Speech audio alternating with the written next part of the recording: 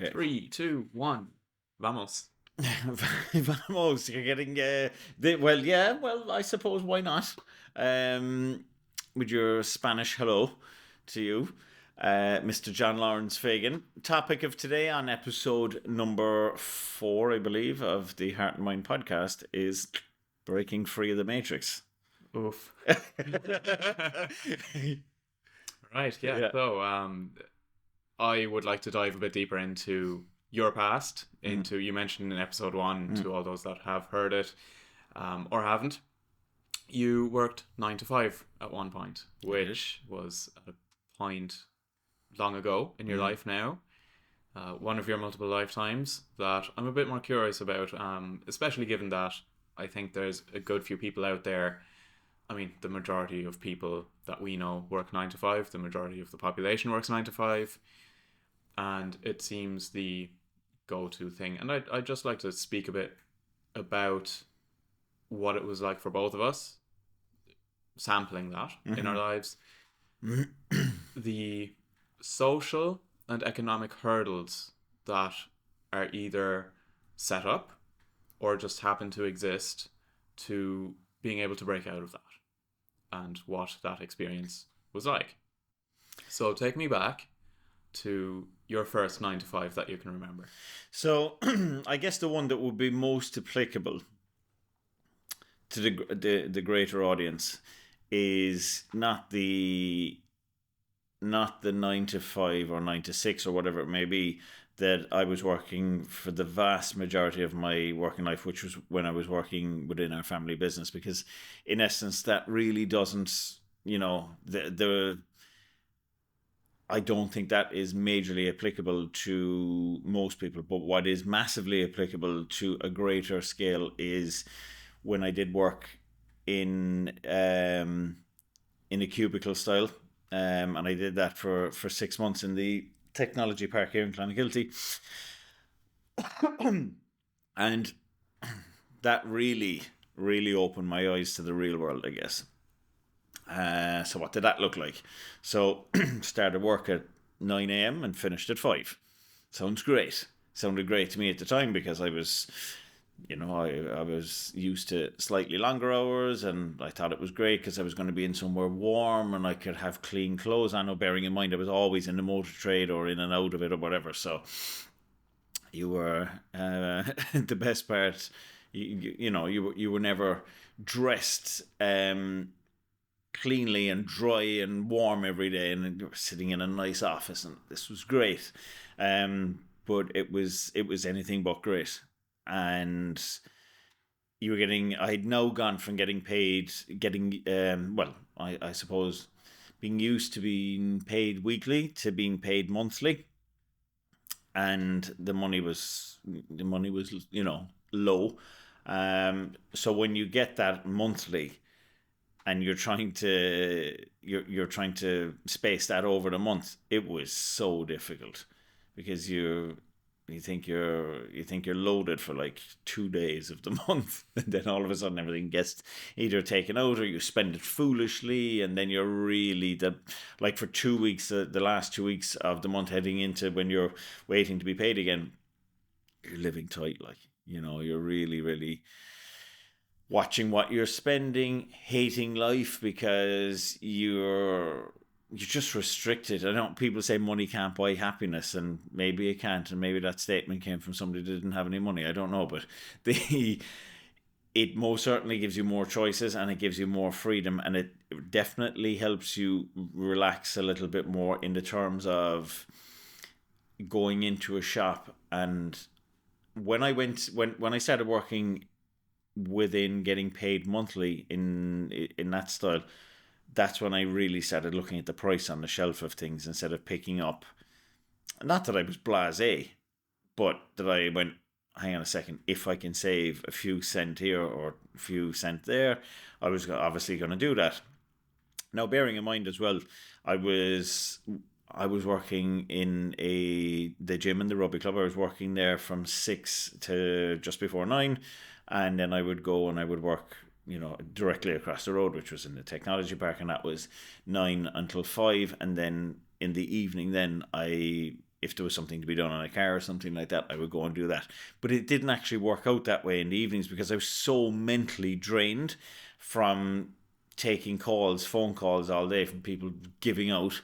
That And just quickly to explain, what was the nature of that job? So the nature of that job was, it was inbound calls, and I was working for, at the time it was called PRTB, which was the fuck did the P stand for again? Anyway, it got changed to RTB, which was a Residential Tenancies Board. So you're dealing with tenants and landlords, and all of the misery that's in between that. So there's a legal requirement that all landlords have to register themselves on there and register a tenancy and all of that. And the website, this was the thing, like, we were so busy because the website was so shit. And, you know, the website, we had no control over the design of the website. It singly, still to this day, is the worst website I've ever been on in my life. And it was so bad that in courses in college, that website was used as one of the worst badly designed websites, and they wouldn't fix it. I just couldn't get over how shit this thing was. If you had a Mac, it wouldn't work. If you're on mobile, it wouldn't work. God, it was literally awful. So like 75% of the calls were irate landlords going, I'm trying to register a tenancy and it keeps kicking me out. And then your script was you had to defend the website. Like, you weren't allowed to admit the website was shit. And I just couldn't get my head around this. Like, it was why don't they just fix it? Why do we have to, like, outsourced company? Why do we have to defend a government website that's absolute dog shit? It was really bad. Anyway, whatever about that. But that caused obviously discomfort for the user. It caused discomfort for us. And it got to the stage in the end where I was, you know, people used to ring me, landlords, and they used to be going on about it and saying how bad it was and all that. And I used to agree with them because I said, I'm not defending this thing's a piece of shit, like, you know. But that really opened my eyes to what a 9 to 5 was like. And just give us a quick timeline. How long? What age? Firstly, what age were you when you started there? That was my last ever. That was my last ever job of ever working for somebody else. It was in 2016. Did it for 6 months. And I would say to anyone, work in a call center for 6 months, because you'll never ever get cross with an operator that you speak to on a call again, because they're hating life, they're paid peanuts, and it really isn't their fault. You know. And before this, just to go back to the money, and money doesn't buy happiness. For me, a big thing's always been what money represents. Obviously, money seems to be vilified by a lot of people, especially a lot of people that are bought in to the 9 to 5, and that want to think of themselves as having no other possibility, no alternative to the 9 to 5.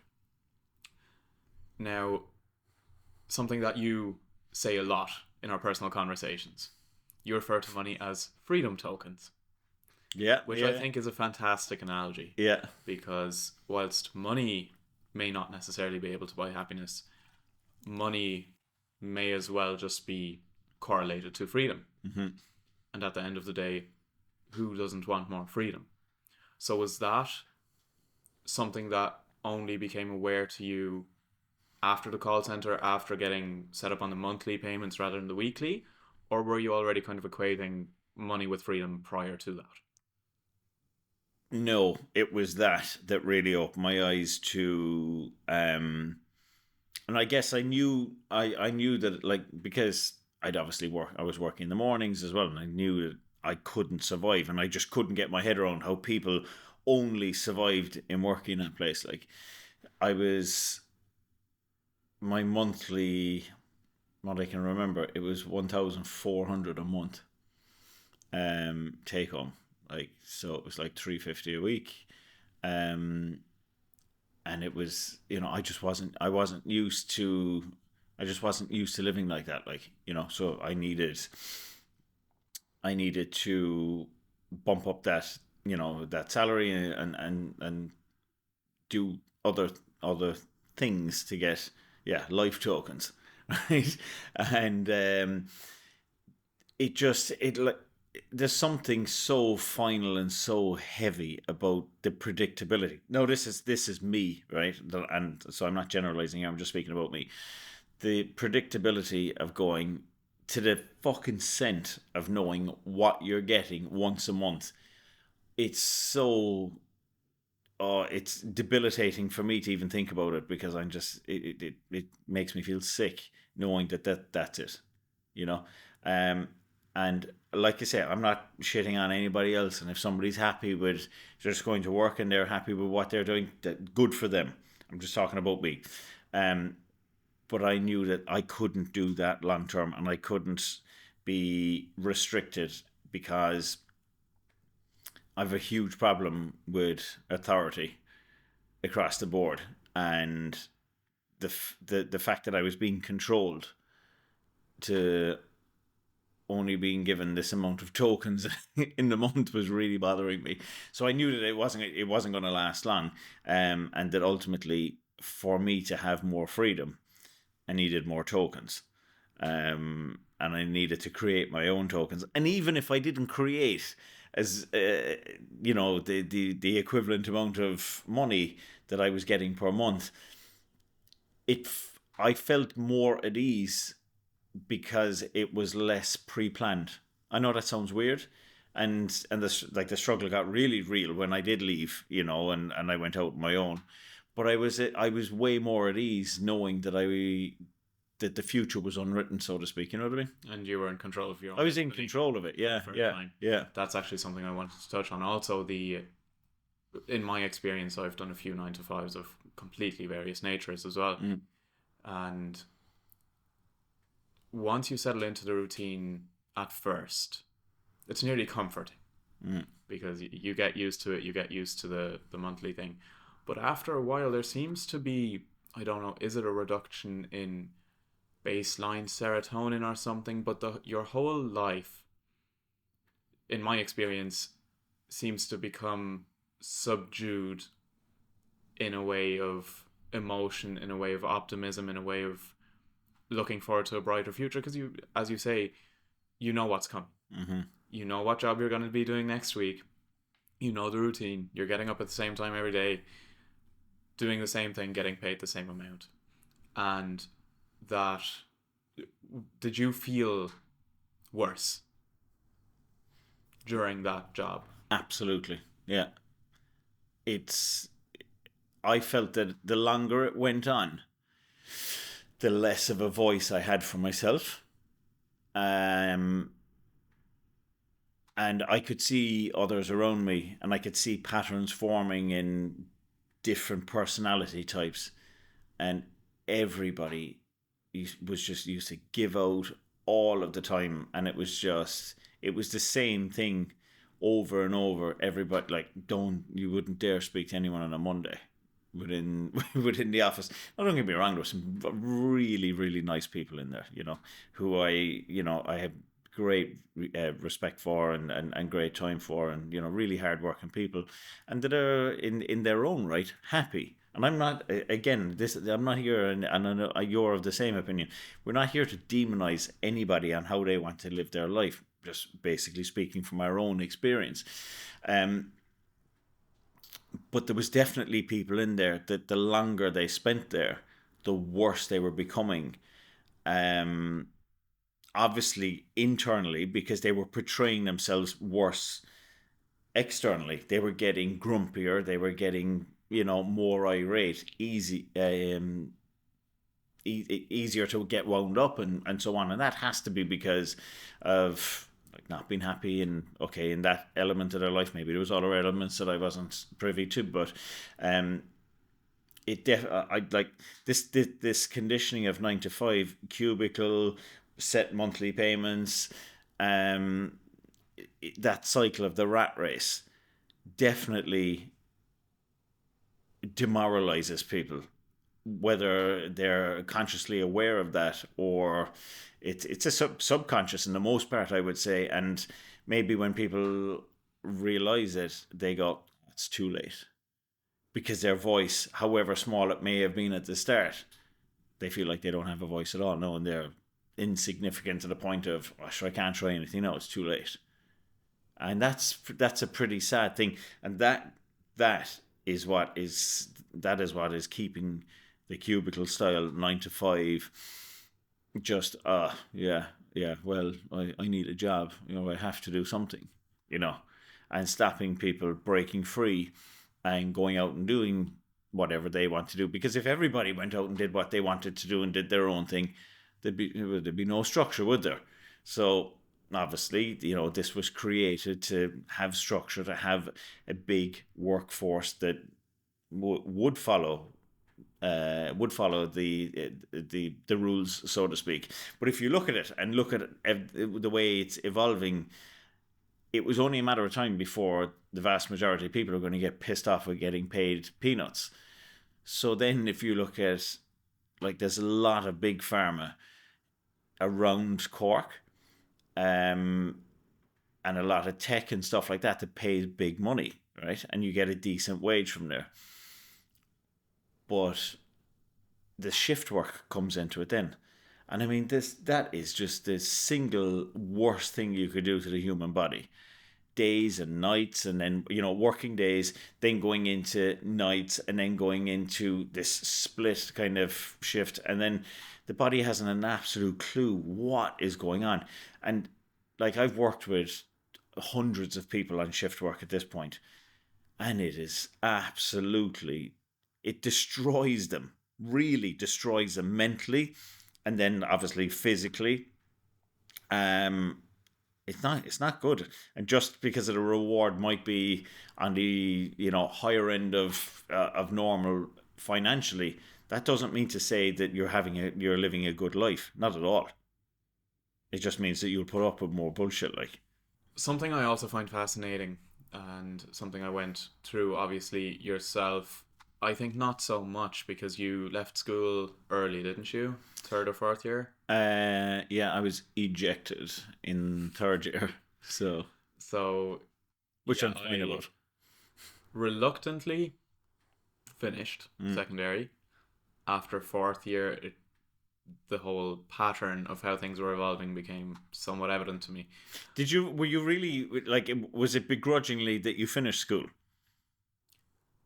I saw the pattern, yeah. And just quickly to go through the pattern, I saw the setup for do your leaving cert, get high points, opt into a few courses that don't sound horrible, do said courses, pay some person who earns whatever 50, 60k a year to teach you whatever course subject that is, whilst they themselves have very little to no life experience, and then get trapped in the 9 to 5.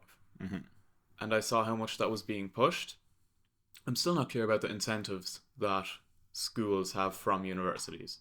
Certainly there's relationships between secondary schools and certain universities. I remember UCC and CIT reps coming in to speak to the class and, talking about how great college was. And obviously to a lot of young people, the college life is more so appealing than the college course. And I think there's a lot of people as well that say, even though college wasn't educationally beneficial, they would repeat it just for the experience of college life, for the drinking, the partying, the socializing. Yeah, they say it's a chapter of their life, which is all fine, absolutely. If you're interested in that, let them have it. But I became aware of that pattern throughout 4th year, which was transition year for those of you in different countries. It's kind of a gap year where you sample everything again, like all of the subjects, but you also do modules. Like, we had a filmmaking module, we had a few different weird modules, and we also got to sample some workplaces, work placement, go into some 9 to 5, and once subjected to the amount of, I'm reluctant to say programming, but subjected to the conditioning. Conditioning is probably a better word. Yeah. of finish leaving cert. Some of you can go into apprenticeships, which I would see even more beneficial than doing colleges. But essentially, finish your leaving cert, go into a college, pick a course that you don't hate, pay an excessive amount of money and go into debt for it, in order to be funneled into a workplace which inevitably you will end up unhappy in.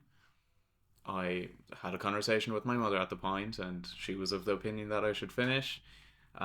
This was, I was obviously not 18 yet, so there was a certain level of autonomy that I was lacking, but I could see that it wasn't a course for me. An apprenticeship certainly wasn't a course for me. I didn't know what I wanted to do, but I saw through the pattern.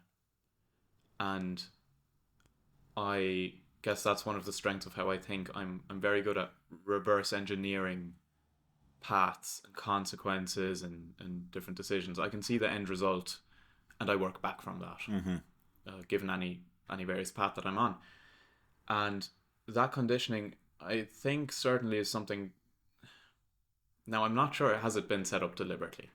Obviously, the Industrial Revolution led to the start of shift work, even daytime shift work.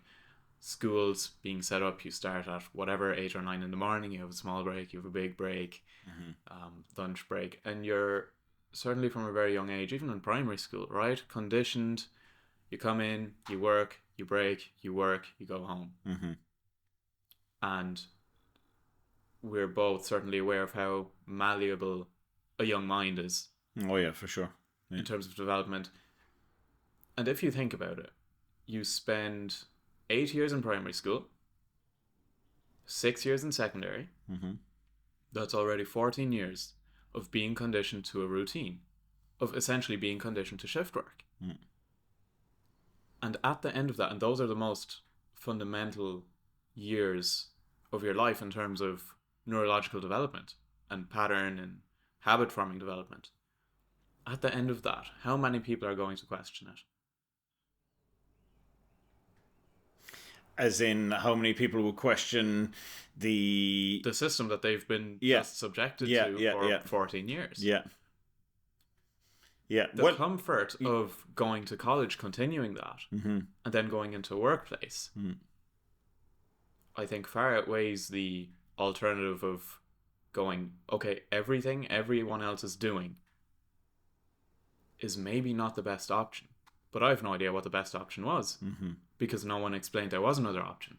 No one goes, yeah, it's a good idea to leave after third year, which I think is a legal requirement for schooling in Ireland.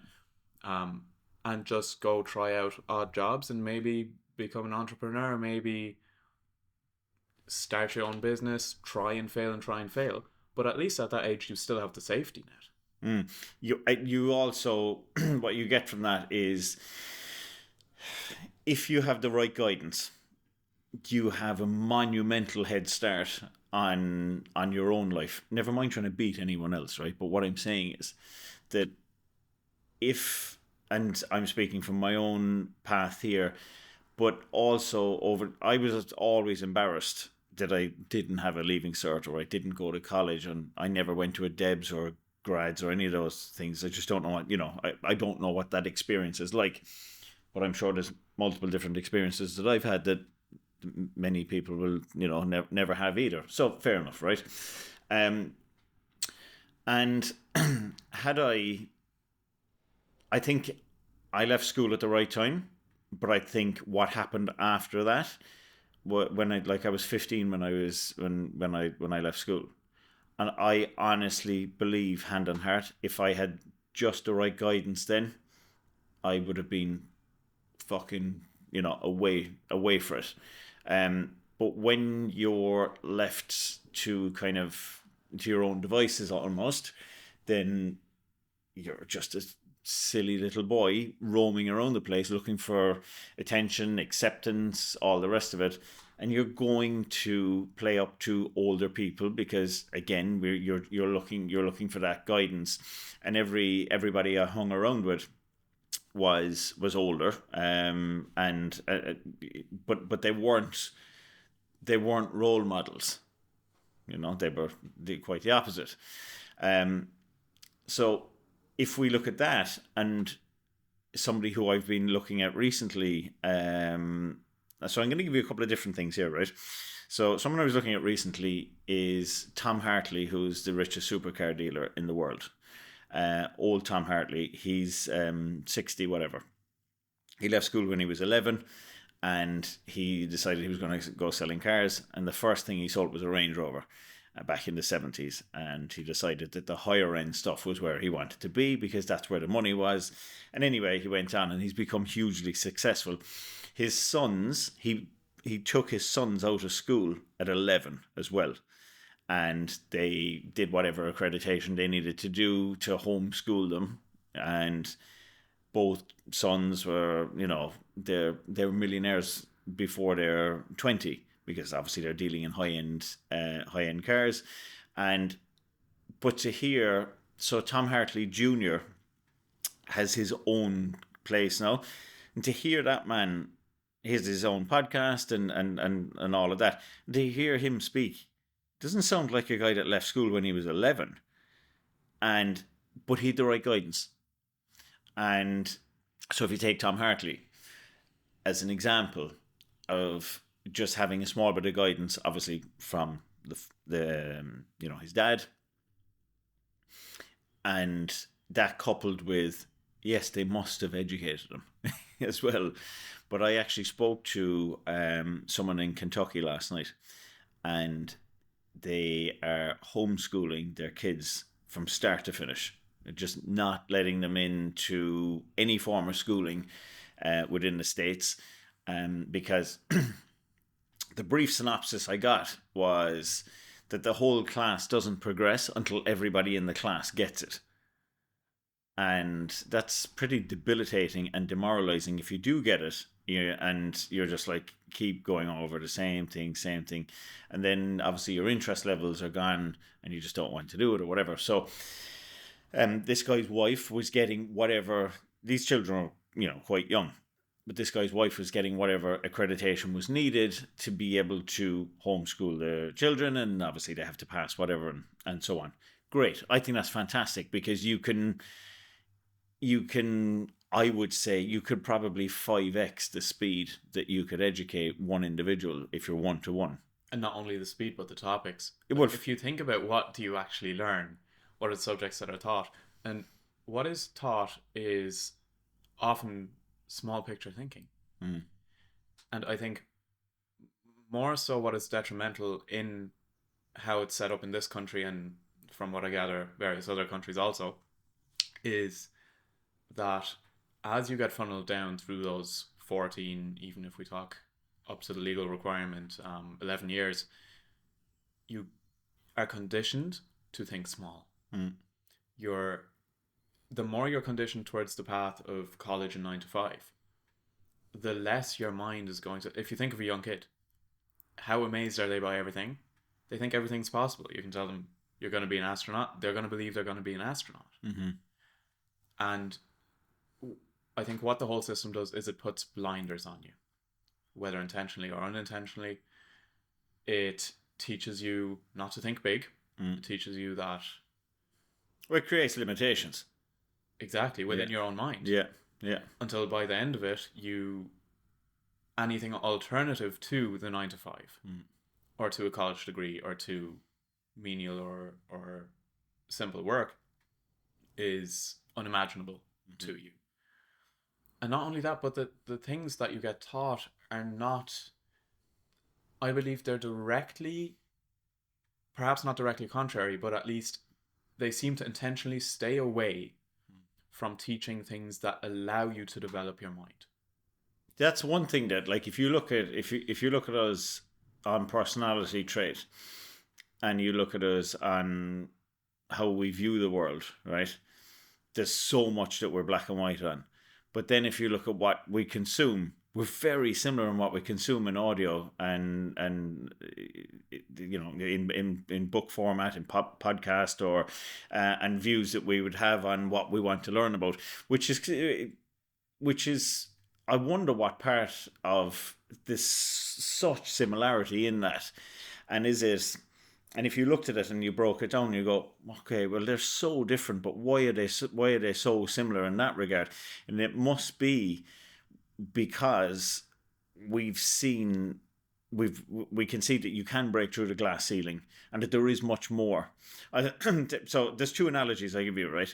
So I don't know if you ever heard this analogy of the baby elephant, and the baby elephant is, in a circus, and he's got a rope around him so he doesn't run away, and there's a stake, and you've heard this one, yeah? Okay, Yeah, so for the people that haven't, right? So the stake is nailed into the ground, and the baby elephant is pulling at it, and he's trying to move, and he knows he can't move. And as the elephant grows up into 40, 50, or 100 tons, or whatever an elephant weighs, and the rope is around his neck, and the stake is into the ground, so he doesn't go anywhere. He doesn't try to pull at the stake because he knows that he's all his life he's always pulled at it, so it's pointless. He's not going anywhere. Where in actual fact, if he tried, he just ripped the stake out of the ground.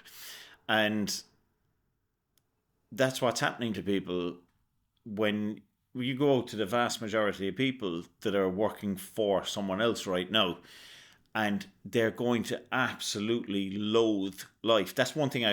The motor trade is just full of people that are absolutely hating life. Every aspect of it that I was involved in, everybody's just sick of it. Everything's misery. It's so toxic. And then once you're in that, you find there's actually dopamine gets released from conversing or buying into other people that are miserable as well. So if we're both bouncing off each other with misery, we're actually getting a minuscule dopamine hit from that. It's like an addiction. So it's like an addiction. So what's going to happen is you're going to go, I can talk to John about misery, about how miserable I am today, and you can talk to me about how miserable you are, and we form this habit that's actually giving us a reward feedback loop in our brain to look for more people like us that are more miserable. It's really frightening, like when you look at it from a neurological standpoint. And then, so if you look at it, if this is another thing, if you look at Ireland and you look at the DNA traits that are embedded in our gene coding, right? So you had 800 years of Irish people being repressed, and they weren't allowed to have their own land, or they were under control. Then you look at the country itself, and it's only 123 years old, which isn't old at all for a country. And the people in it, that gene profile that's there, we're still conditioned within our minds to be repressed. So that's why if you speak to a lot of Irish people about, the government or, the rules and all of this, everybody gives out like stink about it, but no one does anything about it.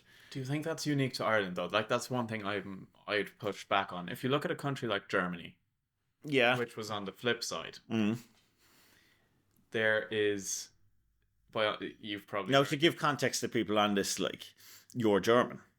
I'm German, although I cannot speak extensively on the topic because I left the country before I turned 6. Yeah. And But this is where you're coming from with the German thing. This is where I'm coming from. Yeah.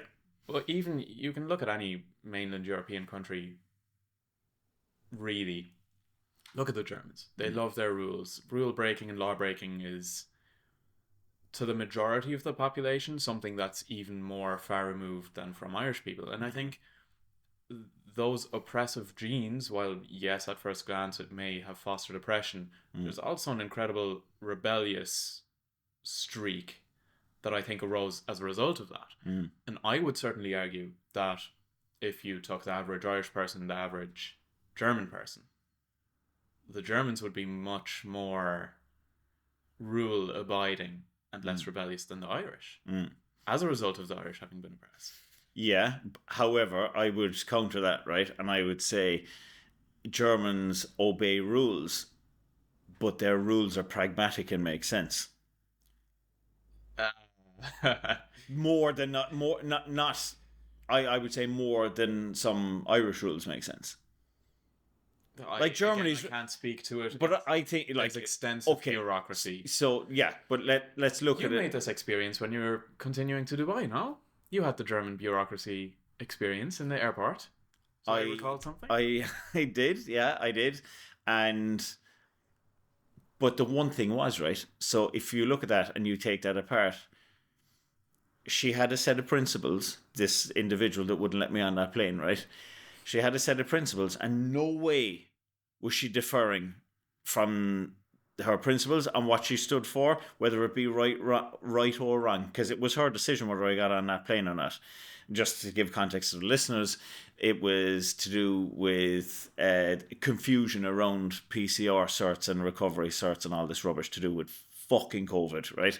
And right, so I was arguing the toss on one thing. She was saying that's not the rules here in Germany and all of that. So anyway, however, right, it was no skin off her nose. It wasn't going to cost her anything. If I had the tickets. All I had to do was like walk onto the plane from where she was.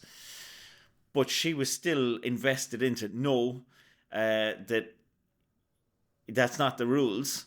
Whereas the whole thing in Ireland, I think, is there's rules that we don't like. We have rules, we don't stick to them, but with the greater rules from the likes of the government and the control that's coming from the top, even though we micro don't stick to the rules, right? Because no one is structured as much as the Germans will say, right? But when it comes to the top side of things, no one questions it. Whereas if you look at the French, they've spent their entire life revolting.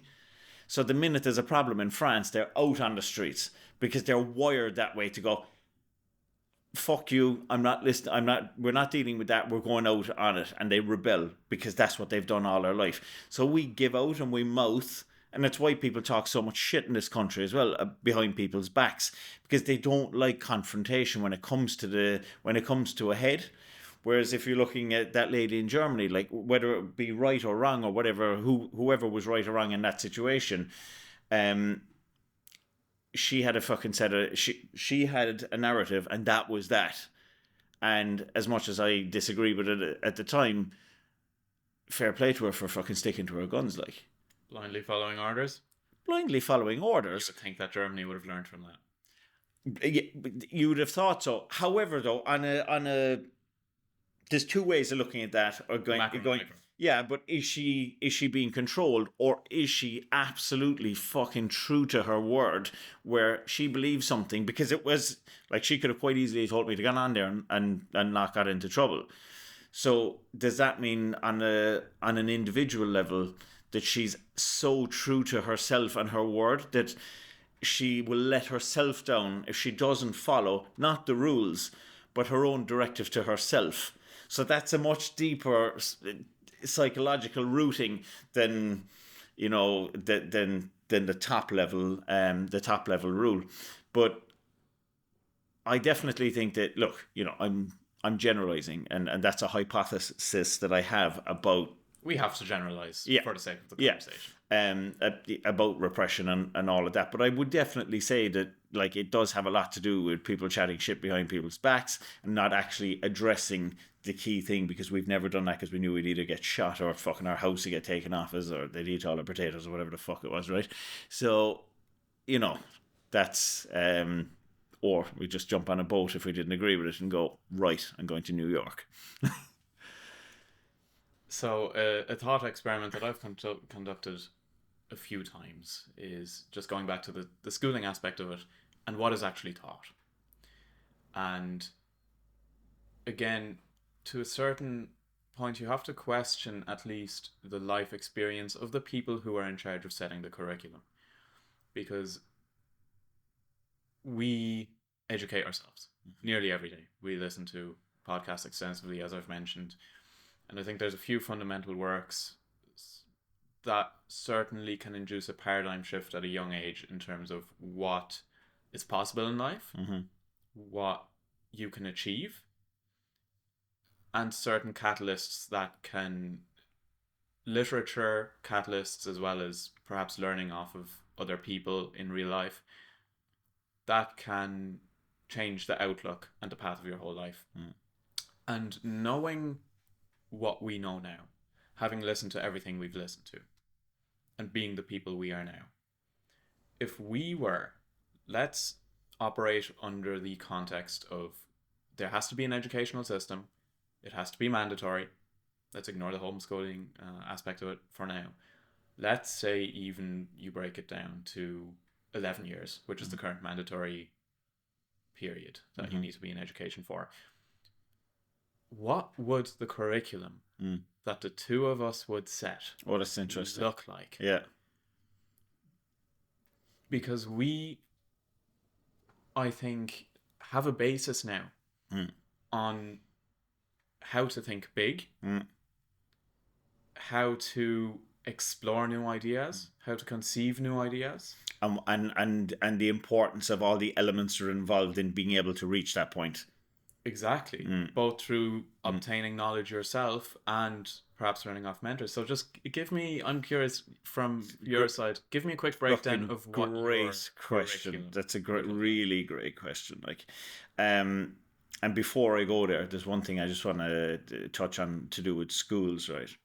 So both Caleb and Evan went to the Gael School in Clonakilty, and myself and Yvonne both said that at a young age, that wouldn't it be great that they were bilingual, albeit Irish just isn't used, even though it's a mandatory fucking core subject that you have to take and you'll never use again, which is a shame. But anyway, not that I want to keep the language alive, but I think it's just a complete waste of someone's fucking time that, anyway.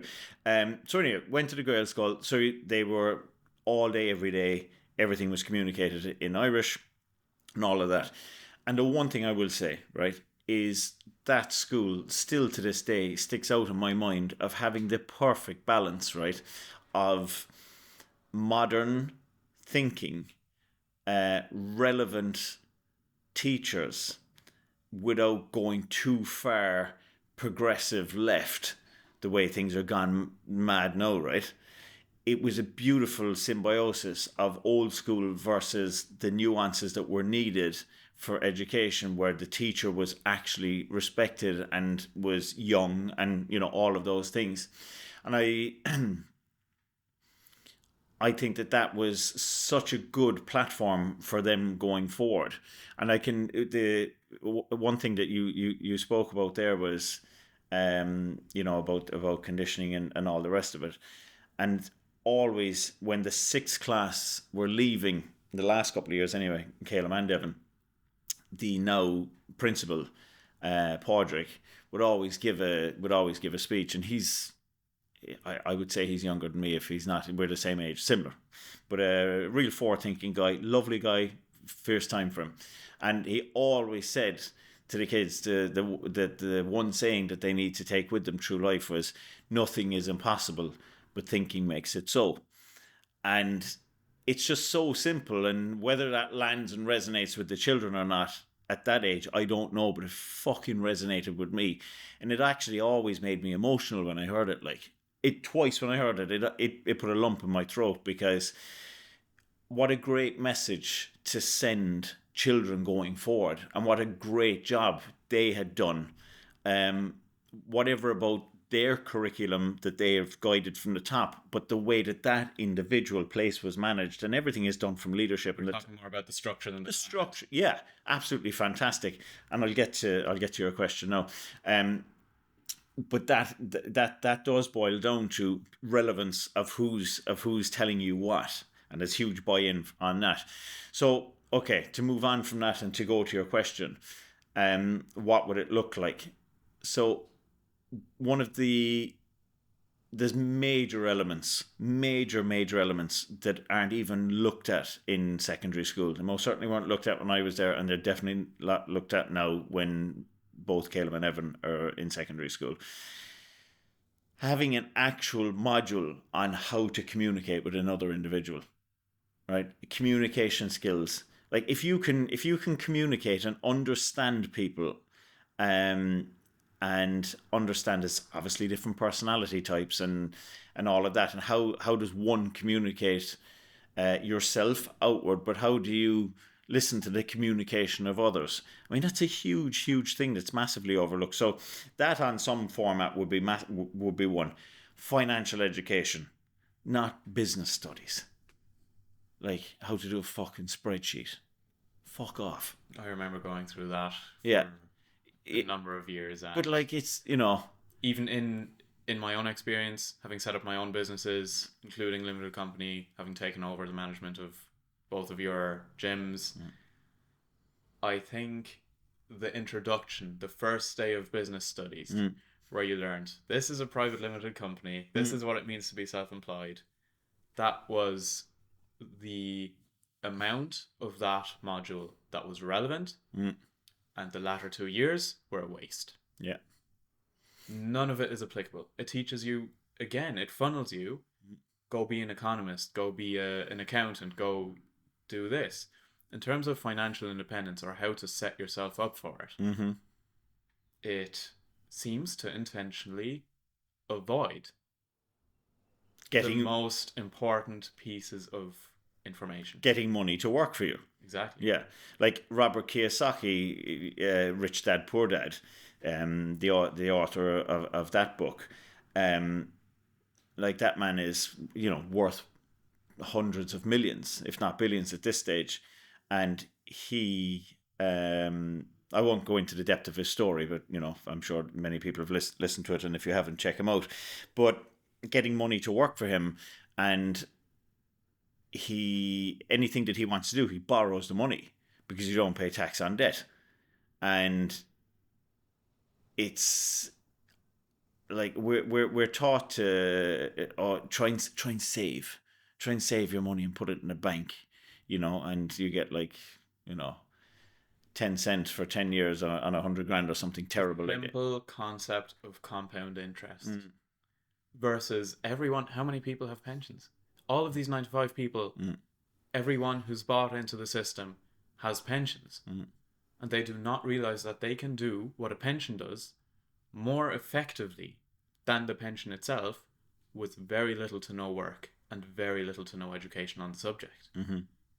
It takes one book and you can invest with better returns than any pension the government offers you.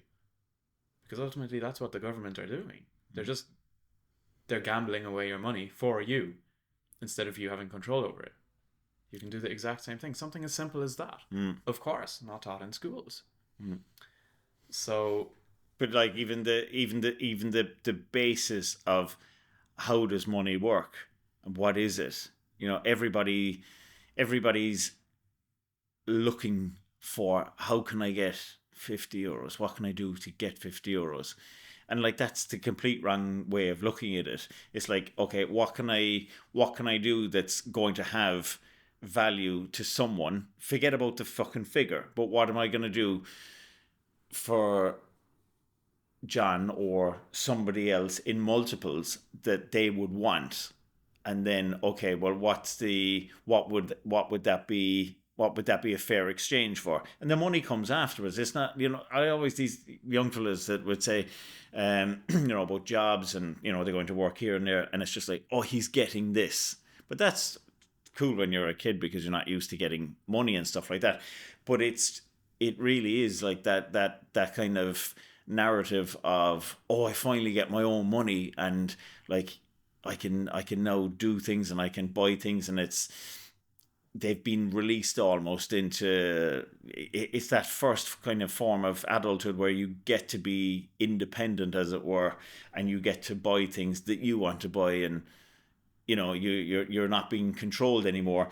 And you can see the elation that comes from, because I had it, like when I had my own money, it was just like, I'm not being controlled anymore.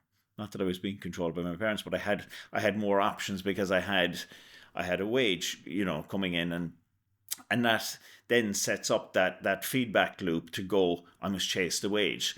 And then obviously the more things you buy, you must chase the bigger wage, and then you get in debt, and then you have to fucking pay that, and then the cycle starts, and then the hamster speeds up in the wheel.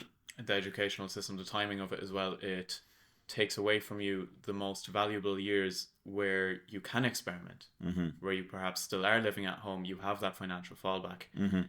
Whereas if you go to college, you're either taking on a weekend job to pay for your accommodation. Let's not even get into the topic of accommodation at the moment in this country, but your parents might even be paying for your accommodation and your college course, and you're going through college. And after that, you're expected to get a job and move out. At that point, what latitude do you have left to experiment financially with ideas, with entrepreneurial endeavors? None. The time to do it is, I think the right timing would be at 15, 16. Start a landscaping business. I always said it about me. I had an entrepreneurial beginning. I just chose the wrong fucking product because it was illegal. You know? Absolutely. But like, even if you look, so there's that, right? And there's some people are born with, you know, have more entrepreneurial tendencies than somebody else, right? Because obviously somebody that doesn't have entrepreneurial tendencies is going to be more consciously aware of, you know, they're going to be anxious around having to have the workforce resting on their shoulders, so to speak, right? So that's one thing. But if you look at, and this is, so I'm looking at like Caleb in this one, right? And he was asked from the age of 5, what do you want to be when you grow up? I want to be a professional rugby player. And to your point earlier, like, there's no limitation. So it's like, yeah, I want to be a professional rugby player, or I want to be a milkman or a fireman. They're all the same, because they're all, well, why not? And as time progressed, when he was 8 or 9, I won't say who it was, but he was asked by an individual, what you want to be when you grow up? And he was there, I'm going to be a professional rugby player, not I want to be. And they laughed and they said, dream on. And he got really upset, and he said it to me, and he goes, why doesn't X believe that I'm going to be a professional rugby player? Why don't they think I'm going to do that? You know? And because it was just, I'd ingrained in his mind like that, if that's what you want to do, let's do it, let's go for it. And so I had to explain, obviously, you know, why people would think like that. And as people have gone on, and it's still what you want to be when you grow up. I want to be a professional rugby player. And he's like nearly 17. And, you know, as you quite rightly pointed out last year, and I was on about how he got, you know, picked for Munster and so on. And you said, but isn't that just like, from what you've told me, isn't that just a natural trajectory of just the way his career or his rugby career was going anyway?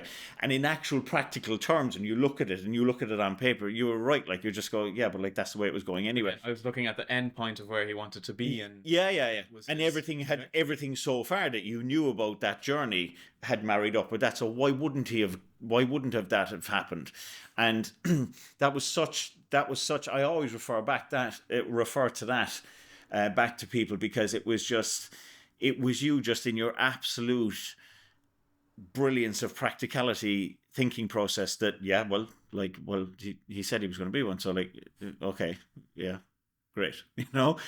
And that detachment from emotion as well, which is great, and it was really good. But so people would say, and to the point I'm getting to with this story is, people say, oh, but you'll need something to fall back on. Right, so what are you going to do in college?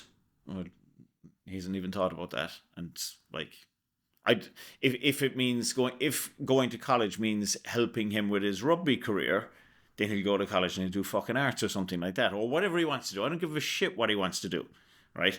But the goal is, I'm going to be a professional rugby player.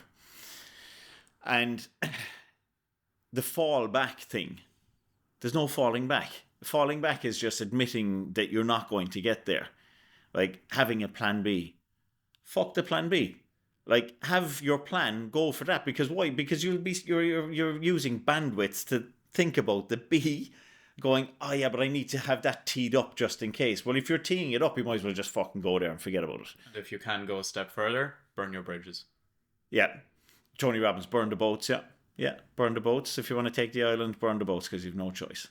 There was a great thing, I was referring to this the other day to, again, I won't say who, but I told them they were enabling someone to carry on a certain way in life and not disabling them to be, the person they needed to be. And I sent them a picture of a child in the swimming pool with armbands on. And then I sent them a picture of Michael Phelps. And I said, one day, years ago, somebody took Michael Phelps' armbands off. And he had to swim for himself. And Michael Phelps, no one's in the water with him. Like, he did it himself. And if you look at that and you burn the boats and you pop the armbands or you take them off, it's like, okay, you got to do it now and you got to go for it. Like, Michael Phelps wasn't swimming thinking about, if this doesn't work out or I don't hit the time, I'm gonna go down to the local fucking pharmaceutical and get $100,000 a year and get in the next shift line. No. He just doubled down on what he fucking believed on, and he said he was going to do, because, like, well, yeah, he did it, and he's the best in the world at his thing. But the thing that he is, and the thing that we all are, is we're all human beings. There is no difference whatsoever in us. We all have 2 arms, 2 legs, head, eyes, all of this, but we're born with the limitations that sit between our 2 ears. So, like, whatever it is, 6 inches across and whatever it is, 3 to 4 inches high, headspace can completely destroy you or make you Elon Musk. It's amazing. Isn't it amazing, though, the way that like, just actual belief systems from an early age and creating new gene pathways can just unlock so much, just because there isn't a limitation there. And I think environment plays such an important role in that. Absolutely. It's funny you mentioned Elon Musk. I had to think of this story back when I was in secondary school doing business studies. I think this was 3rd year.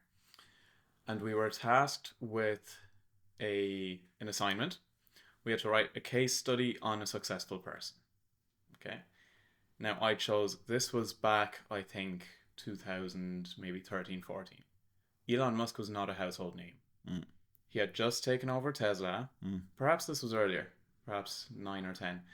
But he had just taken over Tesla, started his SpaceX. Now, we're like 7, 8 years out from the first rocket launch. This was all conceptual. And he was mainly known as one of the co-founders of PayPal. Mm-hmm. So I don't know how he crossed my radar at first, but I chose to do my case study on him. Seemed like a cool guy. Founder of PayPal, shooting rockets into space and making electric cars. At that time, the Tesla was based on a Lotus Elise still. And I submitted my case study to the business studies teacher. Now, the business studies teacher did not know who Elon Musk was.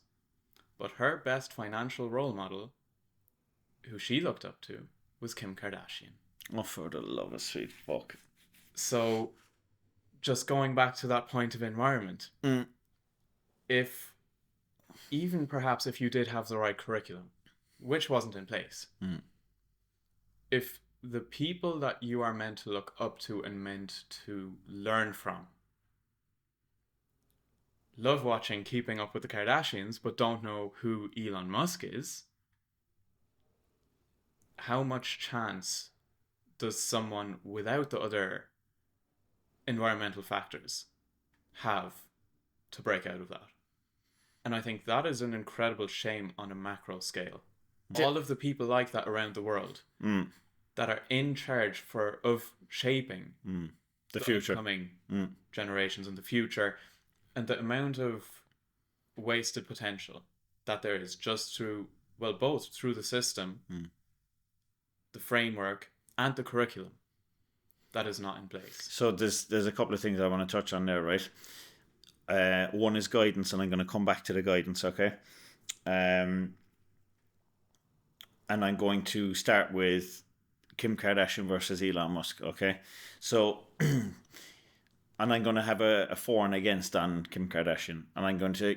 By all means, I accept that there's a big for, especially financially. So, no, she hasn't a fucking clue what she's doing, right? or didn't at least at the start. It was her mother. Her mother is one of the best businesswomen in the world. She would make, if she was put in a desert, she would come out with a fucking making bunch of money or something. She's a ninja at her craft of business and has monetized everything in her fucking life, right?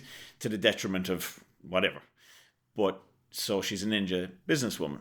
But that's not to say that's the right way to behave or that that's someone that you look up to. No, it's someone that you would, it would be someone that you would study and go, that woman has a monumental amount of drive, okay, which is admirable. But Kim Kardashian, let's face it, got famous for releasing a sex tape with a football player, American football player. And if that's how, if that's to be at the forefront of someone that the fucking world should look up to, that's a pretty poor joke. Versus Elon Musk, who is one of the founders of PayPal. Look at him. I mean, like, look at him. Tesla, SpaceX, ChatGPT now, which is many people won't have heard of ChatGPT, but they will do over the coming months. This guy is just on another level, and the amount of podcasts that you see that man on sharing his knowledge and experience, and he doesn't have any airs or graces about himself or think he's better than anyone else. He'll quite happily sit down with, I've seen him with so many different guys on podcasts. He was just like, where the fuck does he find the time for this? But like, he's, the bigger he gets, the more relatable he gets to the general person, because he's so normal, but abnormal at the same time in his brilliance, and that's a role model for sure. Absolutely, for sure, because he's coming from a place of purity. There's no negative thing to be said about him. And I think, yes, absolutely. And that's a shame that you're going there, bright mind, going, I actually think this guy is really, really good. And then you're going, oh, why don't you pick one of the Kardashians and go quick? Because, if you wanted to pick Bruce, then you better go quick. Right? So, but no, fuck it. Like, it's, because realistically, there's so many more valuable things than people can buy into than reality. What we see on reality TV, like just recently, even in Dubai, there's some ex-Love Island degenerate went out there and now is in prison because she was snorting coke out there. There's a set of rules in the Middle East, and rules are rules, and they're not like the rules here where they get broken and you think just because you have a blue tick next to your name that you are above the rules. No. That's why, that's why there's order there, because there's massive consequence. Anyway, so reality TV is not at the forefront of what I think people should be following for guidance anyway, that's for sure. Okay, speaking of guidance, and where did I want to go with this now? Okay, this is it. I've often said, and I've seen it now as I'm watching these teens play rugby, especially in the Munster setup, and you see these kids that are just absolutely gifted hand-eye coordination, and no matter what sport you put them at, I'd say they'd just be brilliant. And the guys in Munster gave us the percentage rate that actually make it all the way to the end, and it's so low. It's so low, and it isn't a big part of that isn't because Munster are very picky.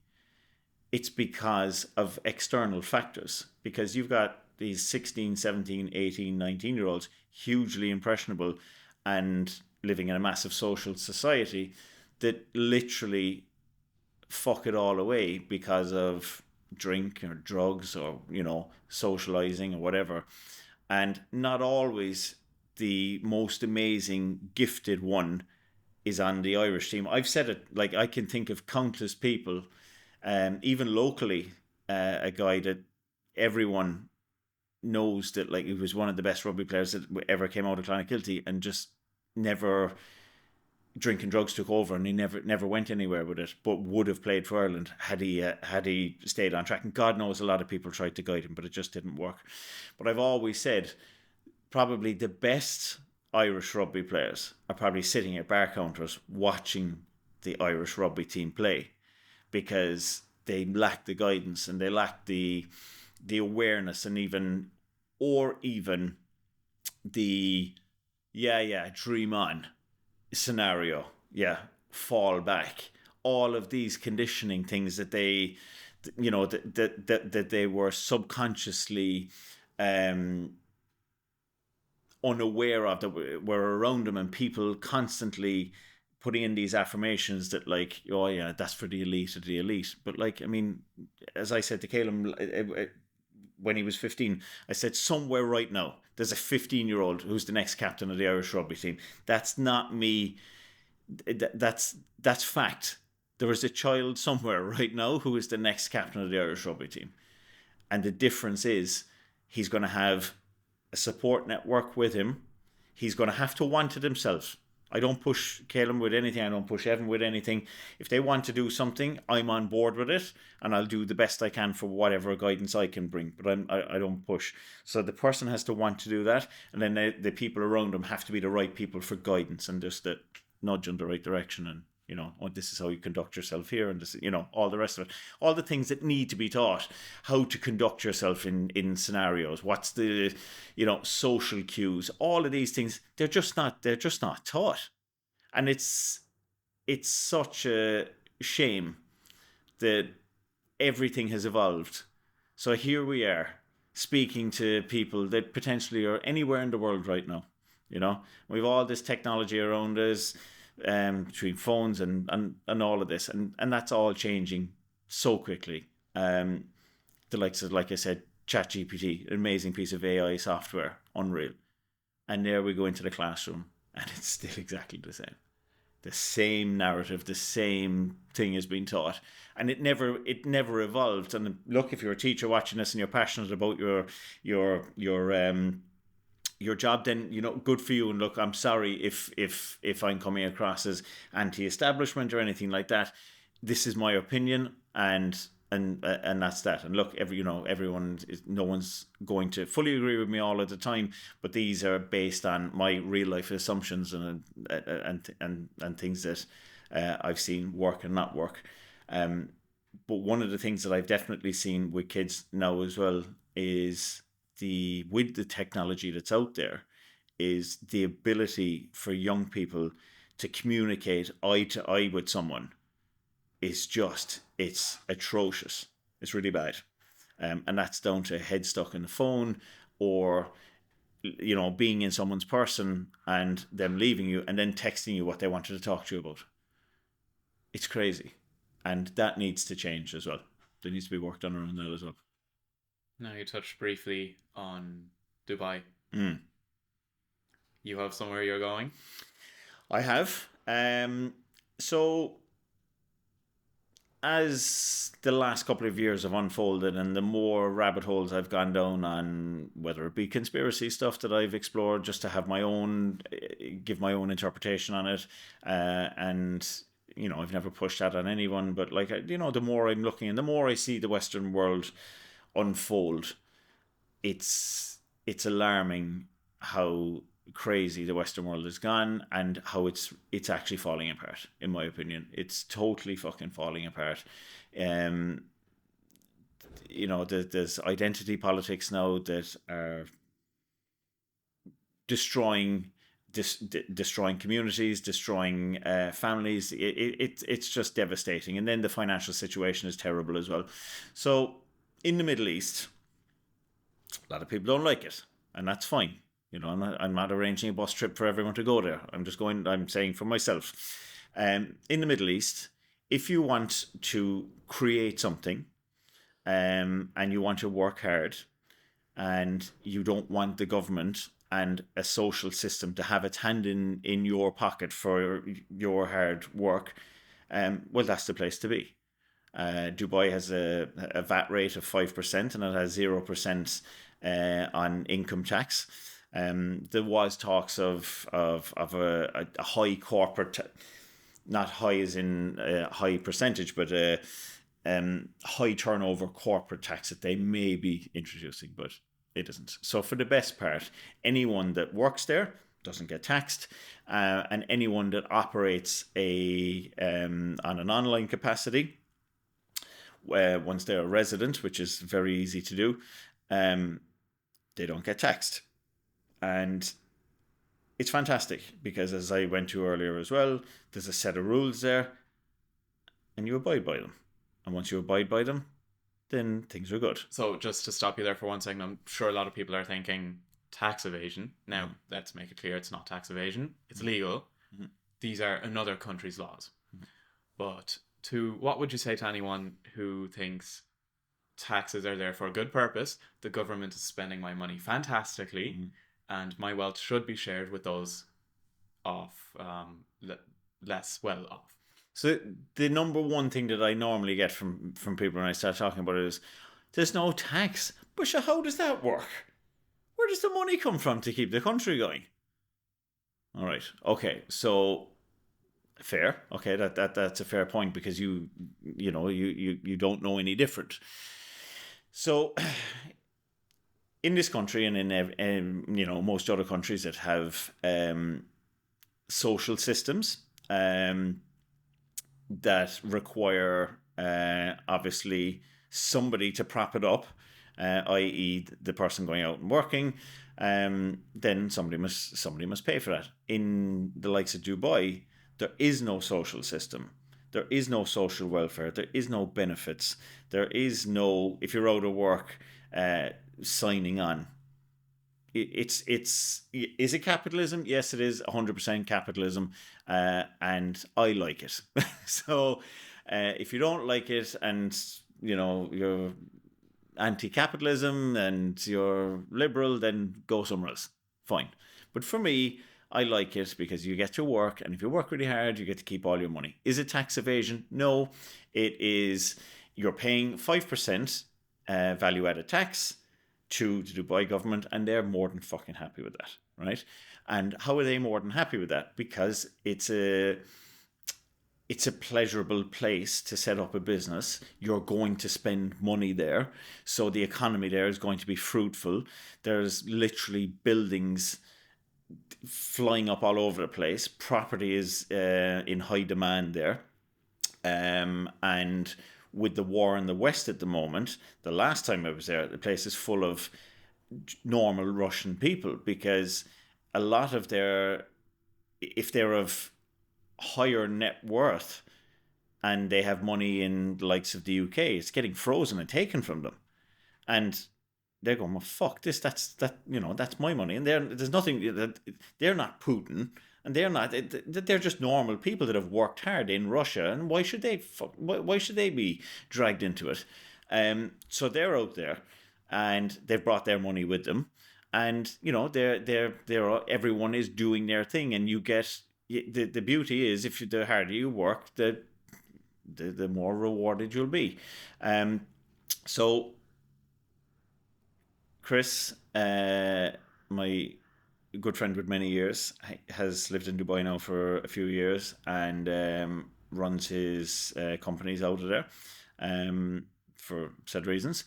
And I have teamed up with him on one of his businesses to get on board with something that he's been trying to get me to do with years, which is something that is more scalable than using my hands working on a car, or opening more gyms and all of that. And that is, again, the humility of going, okay, it's like, when you said, no, we need to do this. And me accepting that maybe my way wasn't the right way, or there's better ways, and, we can optimize more ways of making a better future. I love the sun anyway. I don't drink anymore. Dubai, and you know, all the Emirates, and I mean, you know, drinking's prohibited, but there are places in Dubai where you can get drink, but the beauty is there that you don't see people falling around the place drunk. It just doesn't happen, and I don't like seeing that. I just don't like being around it. So for me, Dubai offers me everything that I'm looking for right now in my life, which is safety. You know, you're dead safe, whether you're a man or a woman or a child, and you're walking around the place. No one's going to come up and pickpocket you. There's no one going to. It's just safe. It's really, really safe, whether it's bright or dark, and it gives me the opportunity to really try and push myself further, get rewarded for it. And if we're talking about environmental and glass ceilings and glass roofs, the difference is, if you look at the likes of Marbella, right, and you look at the likes of Dubai, and you look at the people driving around in the cars in Marbella, and I was always just there looking, geez, you know, they must have loads of money. I wonder what they do. But everybody's trying to one up everybody else. No, I'm talking, that's probably 10 years ago since I was there, more. And it's more showing off, and it's more pretentious. But in Dubai, there's none of that. It's just like, yeah, I'm driving a G-Wagon, and I have a Ferrari, and I have this and I have that. And no one's going, yeah, like, I have this and I have that. Because the person beside you has more money, probably. So no one blows shit about it. They just get on with it, which is nice as well. So it's less pretentious. And it's got the sunshine. And I just like it. There's something I like as well about the Arab culture and Islam itself, because, and we're not going to get into religion today, however, right? But I just do want to touch on it. Like they take it so seriously that it's hugely admirable. Now, whether one believes, in whatever one's belief system is around religion, if one is going to believe in something, then surely you must be all in. And from what I see, these people are all in, and they're full believers in their religion, and that has to be admirable. You have to look at that and go, do you know, I mightn't agree with it or understand it even at that, but like it is hugely admirable that someone would devote all of their belief system to a higher power and go all in and stick to the rules of it. Obviously, there's a subset that don't, and that's in everything, but the vast majority do. I think it's 1 billion people in the world are Muslim, I think. And they get such a bad rep all over the world, but I mean, the vast majority of them are amazing people. Fundamentally, the core beliefs are good principles. Well, they are, and I mean, the core beliefs in every religion is the core beliefs are all good, and the translation may be different, and there may be slightly different twists and turns in it.